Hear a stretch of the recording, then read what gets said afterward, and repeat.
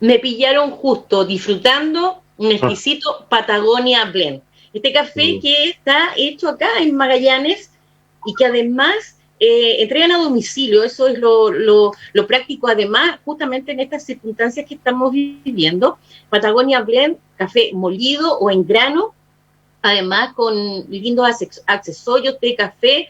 Usted puede pedirlos a www.tienda.patagoniablend.cl, exquisito café en grano o molido, así que ya lo sabe. Y bueno, a esta hora de la tarde ya son las 16 horas con 37 minutos.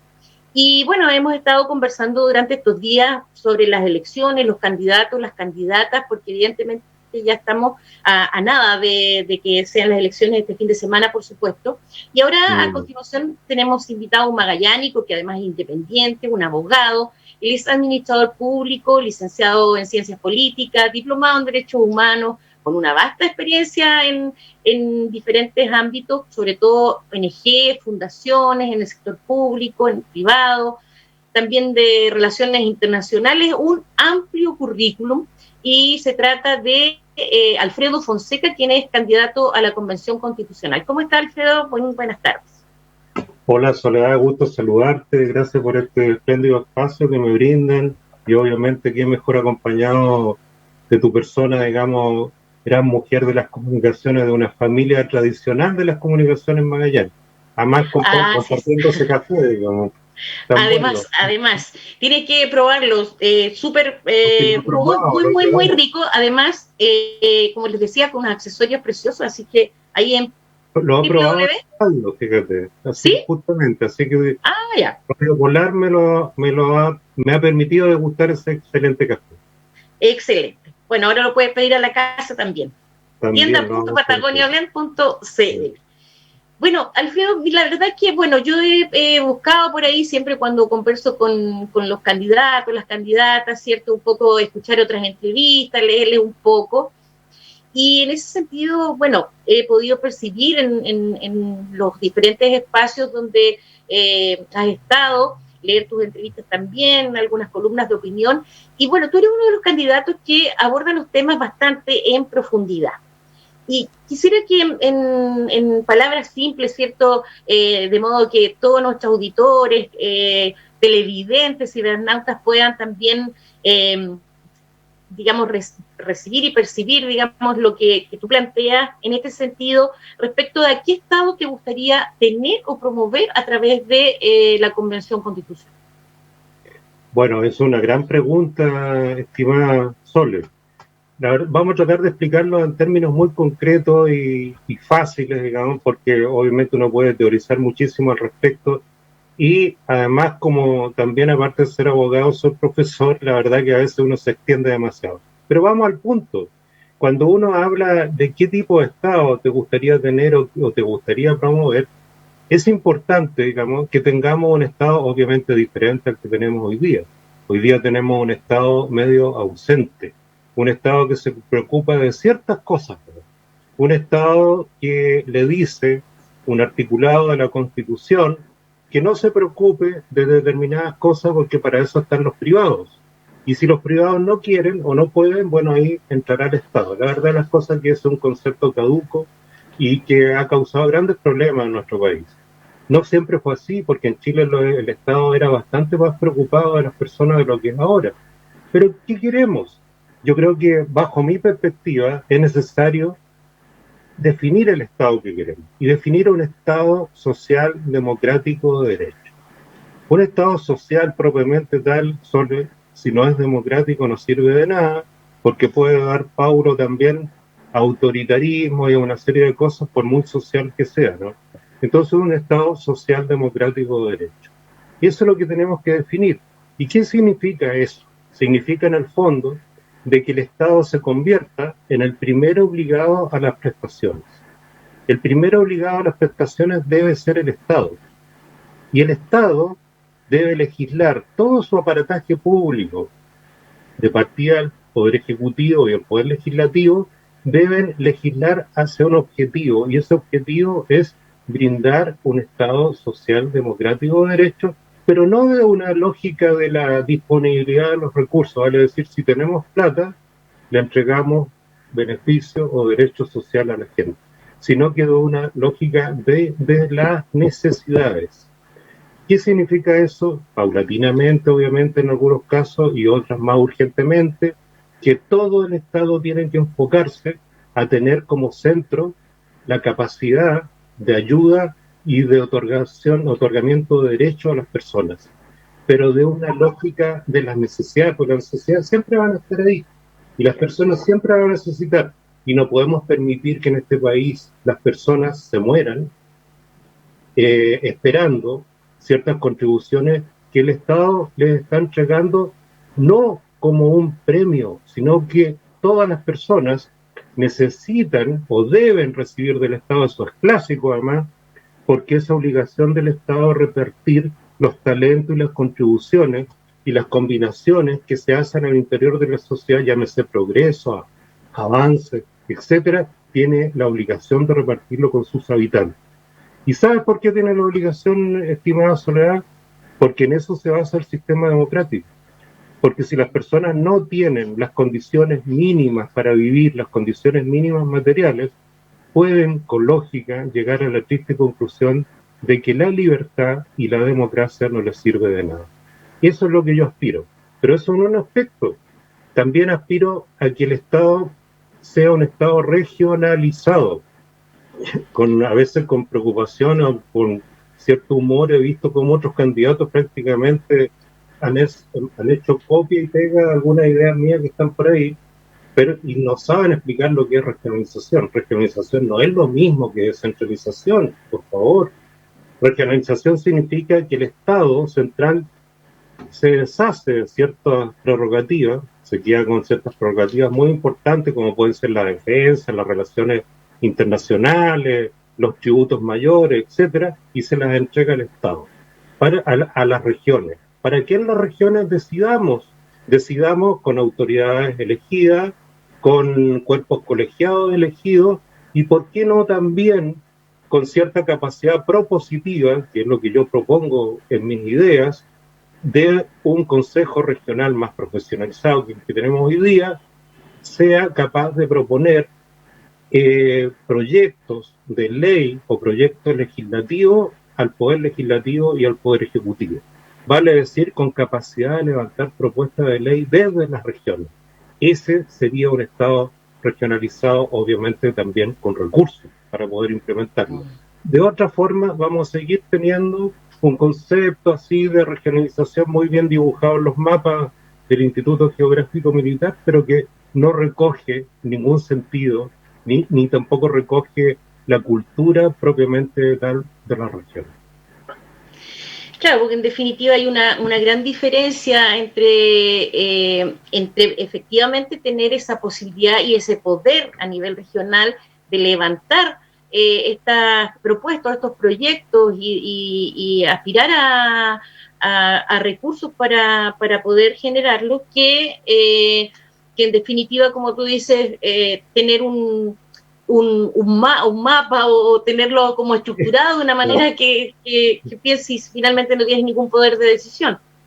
Además, no estamos descubriendo la pólvora, si esto existe en muchas partes del mundo. ¿Por qué no recogerlo mejor, obviamente, no copiando textualmente, sino recoger los mejores ejemplos, como puede ser la autonomía española, que es un poco diferente, pero, por ejemplo, el caso que tenemos en Italia, las regiones italianas, digamos, son un muy buen ejemplo para eso, y tantos otros países que tienen, donde realmente las regiones son unidades culturales, y eso se reconoce, digamos, en la región.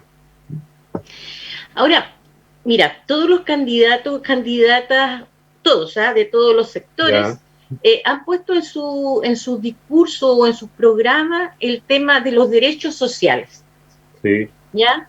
Que se deben asegurar, ¿cierto?, los básicos de derechos sociales. Pero ¿cuál sería tu perspectiva en este sentido? Mira, los derechos sociales en Chile no es nada nuevo. Están presentes en el Pacto Internacional de Derechos Sociales y Culturales suscrito por Chile desde el año 1966. Y hemos tenido gobiernos que han tenido un énfasis muy grande sobre los derechos sociales, fundamentalmente los gobiernos anteriores a la dictadura. En la dictadura pasamos a tener una situación muy extraña con respecto a los derechos sociales. en que el Estado los reconocía pero no los aseguraba. Y hasta la fecha, ¿no? Muchos de ellos. Por ejemplo, el derecho a salud o el derecho a previsión. Pero el derecho a salud, a ti te reconocen el derecho a optar a una a optar por un sistema de salud, vale decir, a poder elegir, pero el Estado a ti no te asegura o no te garantiza un derecho a un alto estándar de salud que te permita, digamos, un tratamiento, una sanación, etcétera. Eso no existe en Chile. Entonces ahí tenemos una falencia enorme. ¿Para qué hablar de la previsión? En la previsión nosotros, yo pongo en duda si tenemos, digamos, un sistema de seguridad social. Las Fuerzas Armadas sí tienen un sistema de seguridad social, pero la población civil en este país no tiene un sistema de seguridad social. Tiene un sistema de capitalización individual que ha fracasado en todas partes. Yo no estoy diciendo que haya que desestimar el sistema de capitalización individual, porque mal que mal la gente tiene esto en sus cuentas, digamos, y muchos han hecho o hemos hecho uso de esas cuentas hoy día, digamos, ante esta situación. Pero lo que yo creo que hay que caminar fundamentalmente es a una expansión de estos derechos sociales. No puede ser que 55 años desde el Pacto de Derecho Económico y Social y Cultural del año 66 todavía estemos situados en la problemática de satisfacer las condiciones mínimas para nuestra población. Hay que expandirlos, hay que tener una expansión también con perspectiva internacional, vale decir, ir con la misma velocidad que van los tratados internacionales al respecto, pero al mismo tiempo, hablando de previsión solamente, yo soy partidario de un sistema de previsión estatal, tipo Banco Central, con esa calidad de autonomía, con directores nombrados, digamos, a través de una selección, digamos, casi elegida con pinza, que puedan dirigir este ente estatal, autónomo, que ningún gobierno pueda pegarle el manotazo el día de mañana, y donde se administre tal como se administra el día del Banco Central, con autonomía plena, y se pueda ahí manejar estos fondos de capitalización individual y obviamente también añadirle un componente que es un componente de reparto, vale decir, un componente más de solidaridad que tendrá que ser aportado por el Estado y por los empleadores para los trabajadores que son empleados, y los independientes tendrán que tener un porcentaje menor porque es diferente cuando una persona aporta como independiente a que aporte como empleado. Yo creo que tenemos que caminar hacia una expansión más grande de los derechos. Y eso no es una fantasía, por favor. Yo he escuchado a algunos colegas, candidatos que desestiman esto y dicen, bueno, ¿y de dónde vamos a sacar el PAC? Si en Chile eso se puede hacer, se puede perfectamente hacer a través de la fórmula que yo te estoy planteando. No se trata de caer en una caricatura, en una ridiculez, porque algunos dicen, bueno, pero que muchos hablan de tal cosa. Si no estamos hablando de nada extraño, no estamos hablando de la República o de la Atlántida que proponía el filósofo Francis Bacon, en que poco menos que hasta los matrimonios eran financiados por el Estado. No se trata de eso, digamos. Así que no caigamos en las caricaturas.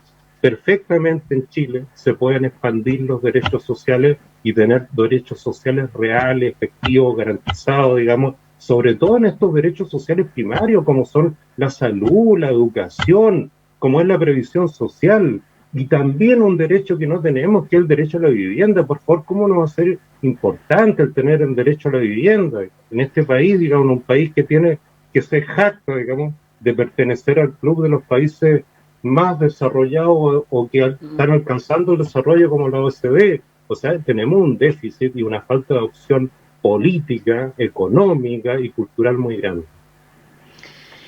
Sin duda alguna que son los básicos, los mínimos que esperables. Ahora, son los mínimos, claro, los mínimos, de ahí podremos crecer también a otros derechos que también son muy importantes y necesarios, por favor. Sin duda alguna. Ahora, en estas necesidades, ¿cierto?, múltiples que existen de la ciudadanía en general, de algunos sectores en particular, aún más, un sector al que tú te has referido, también te he escuchado hablar de los derechos de la tercera edad. En ese sentido, ¿a qué te refieres específicamente? ¿En qué consistirían estos derechos básicos de la tercera edad? Bueno, los derechos de la tercera edad, que son muy importantes, que algunos nos acercamos o ya estamos, digamos, en la tercera edad, ¿por qué no reconocerlo? El tema es también, yo diría, un déficit y una ausencia que hay en Chile, porque no están reconocidos en ninguna parte. La gente de la tercera edad rara vez sale a marchar. La gente de la tercera edad rara vez tú la vas a ver en una manifestación, con todo el valor que tienen las manifestaciones como expresión de la necesidad de la gente. Pero los derechos de la tercera edad tienen que estar de alguna forma consagrados. Este derecho, digamos, a la salud, a la sanación, este derecho, digamos, a los tratamientos gratis y preferentes, digamos, por parte del Estado, fundamentalmente hablando en salud, y la capacidad también que tenga el Estado de ofrecer otros elementos, como son los elementos no solamente que tienen que ver con la salud o la previsión, sino que, por ejemplo, cuántos adultos mayores existen en Chile que hoy día no tienen dónde vivir, que no tienen una casa propia. O sea, esas cosas perfectamente se pueden hacer hoy día como gratitud a esa gente que ha entregado toda una vida para hacer que este país sea un poquito mejor. Hoy día tenemos nosotros un desprecio muy grande hacia la tercera edad. Yo creo que en eso tenemos que emular a otras sociedades, sociedades quizás más desarrolladas que las nuestras, donde la gente de la tercera edad tiene una serie de beneficios, ya sea para viajar, ya sea para recrearse, ya sea para movilizarse, para integrarse culturalmente a la vida de un país. Y hay muchos adultos mayores que tienen mucho que entregar, que tienen una experiencia valiosísima que aportar a este país. Muchos adultos mayores en varios países vuelven a la universidad, por ejemplo. Muchos adultos mayores entregan su experiencia o son mentores, ya sea de emprendedores, ya sean de estudiantes, ya sean de juntas de vecinos. Entonces yo creo en una integración mayor, pero para eso tenemos que nivelarle la cancha a los adultos mayores y hacerlos que ellos también sean parte de esta sociedad y no dejarlo, no, resulta que ya está muy viejo, entonces te fuiste de la sociedad, o por ahí lo arrinconan en una determinada casa o en un lugar, digamos, para que vivan, como esperando la carroza, digamos, que venga, digamos, la carroza a buscarlo para que se lo lleve a un lugar mejor, hipotéticamente, después de esta vida, digamos. Y eso es inhumano lo que sucede hoy día. Integrarlo en términos de salud, en términos de beneficios que tiene que entregar la sociedad, ya sea la movilización, la capacidad de recrearse, la capacidad de integrarse, la capacidad también de realizar actividades culturales. Entonces tenemos un amplio abanico. Tampoco estamos inventando la pólvora, querida Soledad. Esto existe en muchos países. Y nosotros, si queremos caminar de una vez por todas, en serio, en la democracia de este país, también tenemos que preocuparnos los adultos mayores. Efectivamente, como tú dices, pareciera que son aspectos que caen como de maduro que debiera ser, pero finalmente en nuestra realidad estamos bastante lejos de aquello, no solo porque no están cubiertos los aspectos básicos, partiendo por las jubilaciones, ¿no? Que no son pocos los adultos mayores que terminada la jubilación siguen trabajando porque es imposible vivir con lo que se obtiene de esas jubilaciones y de ahí para adelante todo lo que tú señalas. Claro, pero mira, Soledad, justamente ¿por qué tenemos que darle protección o esto reconocimiento de derechos a los adultos mayores? Justamente porque tenemos un magro sistema previsional. Tenemos un magro sistema previsional escaso. También en este caminar que yo he hecho por muchos lugares de Punta Arenas, me he encontrado con muchos adultos mayores y resulta que hay muchos adultos mayores que, como tú bien dices, siguen trabajando porque no les alcanza la previsión, pero más aún, ellos ayudan a sus familias, ayudan a sus hijos, ayudan a sus parientes, ayudan a algún hermano que está en una situación de postración, etcétera. Entonces, hoy día existe una cantidad de realidades de los adultos mayores que siguen aportando a esta sociedad. Entonces tenemos que reconocer eso y brindar ciertas posibilidades mayores a lo que estamos brindando hoy día. Y eso se puede perfectamente hacer, tampoco es algo ilusorio o una quimera, se puede perfectamente hacer en la sociedad actual que vivimos. Es cosa de voluntad, es cosa de reconocer. no tenemos por qué, si reconocemos los derechos de un grupo, dejar de reconocer los derechos de otro grupo. Todos somos parte de este proyecto, de esta suerte de proyecto que llamamos Chile. Por eso yo creo que es importante también que cuando se use el nombre de Chile, y también podamos reglamentar el día de mañana eso, para mí, por ejemplo, los bancos no debiesen usar el nombre Chile, porque el nombre Chile para mí es tan sagrado, que es un nombre que nos protege a todos, es el concepto de nación que tenemos, de país que queremos forjar, que es un nombre que no puede prestarse para cosas mercantiles, es una cosa que va mucho más allá. Yo creo que también quizás, ¿por qué no discutir ese tema? Bien, Alfredo, agradecerte muchísimo esta conversación a esta hora de la tarde, aunque haya sido por esta vía, ya seguramente se podrá hacer presencial, esperamos que sea en el corto plazo. Así que muchas gracias, que tengas una excelente tarde. Yo te agradezco también y bueno, invito a quien esté interesado a visitarme, busquen mi nombre, mis redes sociales, etcétera. La verdad de las cosas es que hay mucho que aportar en esta tarea tan importante como es la elección que vamos a vivir el fin de semana. Y déjame, por favor, tomarme un segundo solamente. Sí, claro. Ojalá que las personas se informen y voten, no porque por el que paga más propaganda o por el que grita más fuerte, sino que voten informadas y voten por las personas que realmente crean que le pueden brindar cierta perspectiva o cierta esperanza, digamos, a este Chile que nos espera después del día domingo, sábado y domingo, cuando vayamos a votar. Y para eso, lo primero, por supuesto, es informarse y ir a votar, porque si no vamos a votar, digamos, seguramente va a quedar en manos de unos pocos, y eso tampoco es bueno para una democracia. Así que muchas gracias por tu saludo, Sole, un gran abrazo, y a cuidarse todos, por favor. Así es, que estén muy bien. Despedimos así a Alfredo Fonseca, que es candidato a la Convención Constitucional, ¿cierto? Decimos que este fin de semana es muy importante porque por primera vez vamos a elegir a las personas que van a escribir esta nueva Constitución, 155 chilenos y chilenas que se ponen a disposición en este espacio para poder aportar a la construcción de este nuevo Chile con nuestra Constitución. Nos vamos a la pausa cuando son las 17 horas, ya volvemos, así que no se vayan. Chao.